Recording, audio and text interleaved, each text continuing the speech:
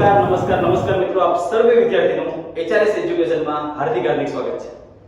છેલ્લા 2 દિવસથી આપણે HRS ની આગાહી જે લોન્ચ કરી છે કે જેમાં ધોરણ 9 અને 10 ના દરેક વિદ્યાર્થીઓને આપણે IMP આપી રહ્યા છીએ ધોરણ 9 10 માં ગણિત, વિજ્ઞાન, સમાજ, અંગ્રેજી બધા વિષય માટે।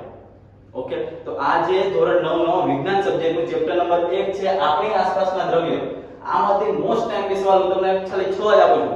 આ 6 ની બહાર એક સવાલ તમારી પરીક્ષામાં નથી આવવાનો। ઓકે, સવાલની શરૂઆત કર્યો વધારે આપણે ટાઈમ બગાડવાથી મને પણ ખબર છે કે તમારી પાસે ટાઈમ નથી। ખાલી 5 થી 6 મિનિટમાં આપણે ખાલી આ ચેપ્ટર સમજી લઈએ। ચેપ્ટરમાંથી કયા પ્રકારના સવાલ આવે છે તો નોટ અને પેન લઈને બેસી જાજો। ઓકે, સવાલ નંબર 1 જે 2 માર્ક્સમાં પૂછાય છે કે દ્રવ્યના કણોની લાક્ષણિકતાઓ સમજાવો। કેટલા માર્ક્સમાં પૂછાશે? 2 માર્ક્સમાં। દ્રવ્યના કણોની લાક્ષણિકતાઓ સમજાવો। સવાલ નંબર 2 દ્રવ્યની ત્રણેય અવસ્થાનું આંતરિક રૂપાંતરણ। તમારી ચોપડીમાં એક વ્યક્તિ ફિગર આપી છે, ચોખ્ખી આકૃતિ આપી છે, એમાંથી પૂછે છે કે ઘનમાંથી પ્રવાહી બનવું હોય તો અહીંયા A ની બદલે શું આવતું છે, C ની બદલે શું આવતું છે, B ની બદલે શું આવતું છે, તો વચ્ચે તમને ખાલી નામ નિર્દેશન લખવાનું છે। આવું તમારી પરીક્ષામાં પૂછાશે જ। તો આ બીજો એમપી સવાલ છે। હવે આ વિડિયોથી મારે તમને એટલું તો કહી દેવું છે કે જો આ સવાલ ન આવે ને તો પેપર ફાડી નાખવાનું। કયો સવાલ? તો એક આવો, ઘન અને પ્રવાહી। ઘન અવસ્થાના ગુણધર્મો અથવા પ્રવાહી અવસ્થાના ગુણધર્મો તમારી પરીક્ષામાં 100% દેખાશે। આ હવામાં ફેંકા નથી, 100% દેખાવાનું છે। તમારે પેલો ત્રણ આવ્યા છે ઘન, પ્રવાહી અને વાયુ। આપણે કરવાના છે ઘન અને પ્રવાહી। એમાં પણ જો મોસ્ટ ઇમ્પોર્ટન્ટ ઘન છે, 3 માર્ક્સ દેખાય છે મોસ્ટ ઇમ્પોર્ટન્ટ ઘન। ઓકે, તો એ તમારે કરી જ નાખવાનું છે, જરીક પણ ગાફલા કરવાની નથી। ઘન અને પ્રવાહીમાંથી એક સવાલ તો આવવાનો છે જ ને છે। ઓકે, 1 માર્ક્સ માટે આ મોસ્ટ ટાઈમ છે। કેટલા માર્ક્સ માટે? 1 માર્ક્સ માટે સવાલ નંબર 4 સેલ્સિયસ ને ફેરવો કેલ્વિનમાં, કેલ્વિન ને ફેરવો સેલ્સિયસમાં। આ બે તાપમાન માપવા માટેના એકમો છે। ચાલો હું તમને ખાલી એક્ઝામ્પલ કહું। ધારો કે મને કીધું છે 27 સેલ્સિયસ। કેટલા કીધા છે? 27 સેલ્સિયસ। એને કેમાં ફેરવો? કેલ્વિનમાં। સાહેબ સેલ્સિયસમાંથી કેલ્વિન કરવું તો પ્લસ કરવાના, કેલ્વિનમાંથી સેલ્સિયસ કરવું હોય તો માઈનસ કરવાનું। બસ આટલું જ યાદ રાખો। સેલ્સિયસમાંથી કેલ્વિન કરવા હોય તો પ્લસ કરો, કેલ્વિનમાંથી સેલ્સિયસ કરવા હોય તો માઈનસ કરો। પણ શું માઈનસ કરીએ સાહેબ? સેલ્સિયસમાંથી કેલ્વિન કરવું હોય તો 273 ને પ્લસ કરી દેવાના। ઓકે, અને કેલ્વિનમાંથી સેલ્સિયસ કરવા હોય તો 273 ને માઈનસ કરી દેવાના। એટલે ખાલી ખ્યાલ છે 273 નો જ। એટલી વસ્તુ યાદ રાખવાની પરીક્ષામાં હશે જ કે સેલ્સિયસમાંથી કેલ્વિનમાં રૂપાંતર કરો, કેલ્વિનમાંથી સેલ્સિયસમાં રૂપાંતર કરો। તો સેલ્સિયસમાંથી કેલ્વિન કરવું હોય તો +273, કેલ્વિનમાંથી સેલ્સિયસમાં કરવું હોય તો -273। આવો એક સવાલ હશે જ।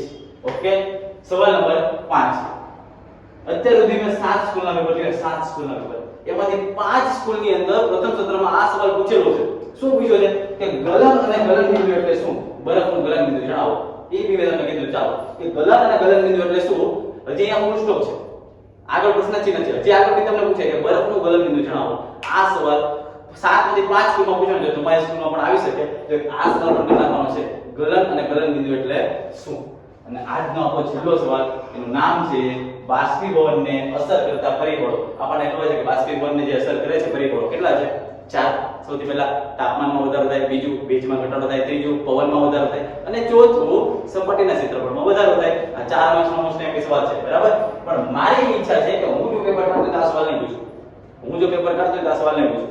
IMP છે પણ ચેપ્ટર નંબર 1 માંથી 4 માર્ક્સનો સવાલ છે ને ઘણા લોકો કાઢતા જ નથી, ઘણી સ્કૂલવાળા કાઢતા જ નથી। એટલે મારે જો ટોટલ ઈચ્છા રાખવી કે સર તમે કયું કાઢો પેપર મને ઈ કહો। તો સવાલ નંબર 1 આજનો મોસ્ટ ટાઈમ, સવાલ નંબર 3 આજનો મોસ્ટ ટાઈમ, સવાલ નંબર 4 અને સવાલ નંબર 5। ખાલી એ 4 જ સવાલ તમને કીધા 6 માંથી, પહેલો, ત્રીજો, ચોથો અને 5મો। આ પેપરમાં તમારે પ્રથમ સ્તરની પરીક્ષામાં આ 4 સવાલમાં તમને કંઈક ને કંઈક તો દેખાશે।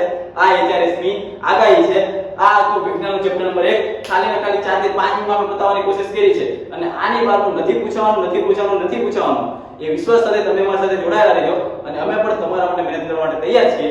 મળીએ છીએ ચેપ્ટર નંબર 2 ની સાથે। પણ છેલ્લે સાથે એક મને વાત કરવી છે કે હમણાં આપણે ઘણી બધી મહેનત કરતા હોય, સેમ તમે બી આટલી બધી મહેનત કરતા હોય તો ગામ તો બોલ્યા રાખે, ખબર છે ને? તો એના માટે એક વસ્તુ મેં સાંભળી હતી, તમારી સામે હું મૂકું છું કે જો તમે સારા કપડા પહેરશો ને ભાઈ, તો લોકો શું કહે આ શો ઓફ કરે છે, એટલે ગવા મારે છે।